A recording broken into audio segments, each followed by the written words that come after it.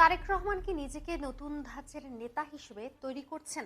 নির্বাচন সামনে রেখে তারেক রহমানের ধারাবাহিক জনসভাগুলো এখন শুধু ভোটের ডাক নয়, বরং এক ধরনের রাজনৈতিক বার্তা নির্মাণের জায়গা হয়ে উঠেছে।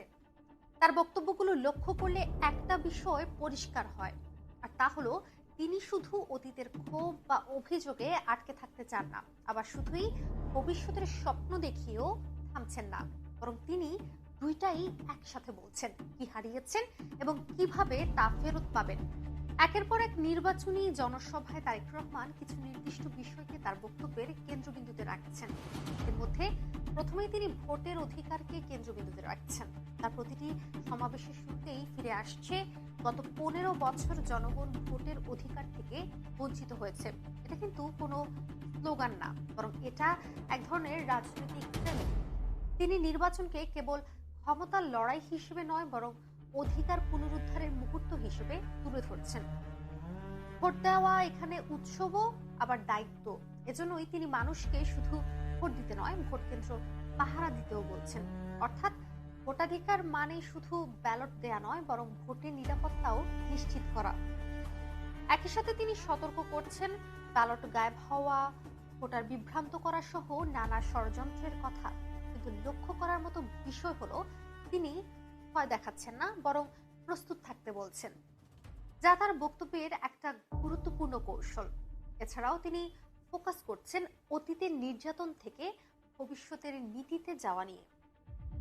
তিনি তার বক্তব্যে গুম, খুন, ভিন্নমত দমন, ভয়ভীতি এই বিষয়গুলো এড়িয়ে যান না, বরং এগুলোকে তিনি একটি ফ্যাসিবাদী সময়কাল হিসেবে চিহ্নিত করেন। কিন্তু এখানেই তিনি থেমে থাকেন না। তিনি দ্রুতই প্রশ্নটা ঘুরিয়ে দেন ভবিষ্যতের দিকে, যে ক্ষমতায় গেলে তিনি কি করবেন। এখান থেকেই শুরু হয় তার বক্তব্যের দ্বিতীয় স্তর, নীতি নির্ভর রাজনীতি, যেখানে তিনি 31 দফা সংস্কার অর্থাৎ কাঠামোগত পরিবর্তনের ইঙ্গিত দিয়েছেন। বিএনপির ঘোষিত 31 দফা সংস্কার পরিকল্পনাকে তিনি শুধু রাজনৈতিক দলিল হিসেবে নয়, বরং রাষ্ট্র পুনর্গঠনের রূপরেখা হিসেবে তুলে ধরছেন। যদিও জনসভায় সব দফা বিশদভাবে বলা হয় না, বার্তা কিছুটা হলেও পরিষ্কার। রাষ্ট্র পরিচালনায় নিয়ম বদলাতে হবে, প্রতিষ্ঠান শক্ত করতে হবে। এটা গুরুত্বপূর্ণ, কারণ দক্ষিণ এশিয়ার রাজনীতিতে অনেক সময় ব্যক্তিকেন্দ্রিক প্রতিশ্রুতি বেশি শোনা যায়, কাঠামোগত সংস্কার কম দেখা যায়। এখানে তিনি অন্তত ভাষার স্তরে হলেও সেই জায়গায় যাওয়ার চেষ্টা করছেন। এছাড়াও তিনি কথা বলছেন সামাজিক সুরক্ষা অর্থাৎ ফ্যামিলি কার্ড ও হেলথ কার্ড নিয়ে। তার বক্তব্যের বড় অংশ জুড়ে আছে সামাজিক নিরাপত্তা, বিশেষ করে ফ্যামিলি কার্ড ধারণাটি। নারী ও পিছিয়ে পড়া জনগোষ্ঠীকে কেন্দ্র করে খাদ্য ও নগদ সহায়তার কথা বলছেন তিনি। এখানে একটি গুরুত্বপূর্ণ দিক আছে। তিনি বলেছেন এই কর্মসূচি কেন্দ্রীয়ভাবে নিয়ন্ত্রিত হবে, নির্দিষ্ট অঞ্চল বাছাই করা হয়েছে, তথ্যভিত্তিক সিদ্ধান্ত নেওয়া হবে। অর্থাৎ এখানে তিনি দয়ার ভাষা নয়, সিস্টেমের ভাষা ব্যবহার করেছেন। তাছাড়াও স্বাস্থ্য খাতে হেলথ কার্ডের কথাও এসেছে, যেখানে চিকিৎসা সুবিধা নাগালের মধ্যে আনার কথা বলেছেন। এরপর তিনি কথা বলেছেন কর্মসংস্থান ও তরুণদের দিকে ফোকাস করেন। তার বক্তব্যে তরুণদের জন্য একটি আলাদা জায়গা আছে।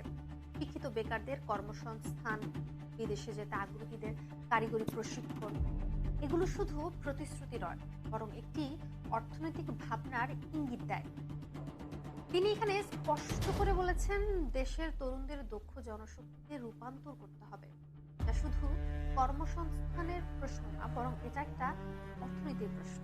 এরপর আসে তার কৃষি ও গ্রাম কেন্দ্রিক পরিকল্পনা, যেখানে তিনি কৃষকদের জন্য ফার্মার কার্ড, জাতীয় ডেটাবেস, সুদমুক্ত ঋণের কথাও বলেছেন। তাছাড়া তিনি খাল খনন ও সেচ সুবিধা পুনরায় চালুর কথাও বলেছেন।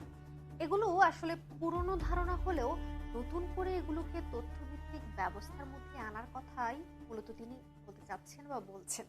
সবশেষ আলোচনায় আরেকটি বিষয় এসেছে, জানিয়ে ইতোমধ্যে শুরু হয়েছে আলোচনা, আর সেটা হলো ধর্মীয় সম্প্রীতি ও আলেম ওলামাদের মর্যাদা। তার বক্তব্যে ধর্ম এসেছে, কিন্তু সেটা বিভাজনের ভাষায় নয়। তিনি স্পষ্ট করে বলেছেন সব ধর্মের মানুষ শান্তিতে বসবাস করবে।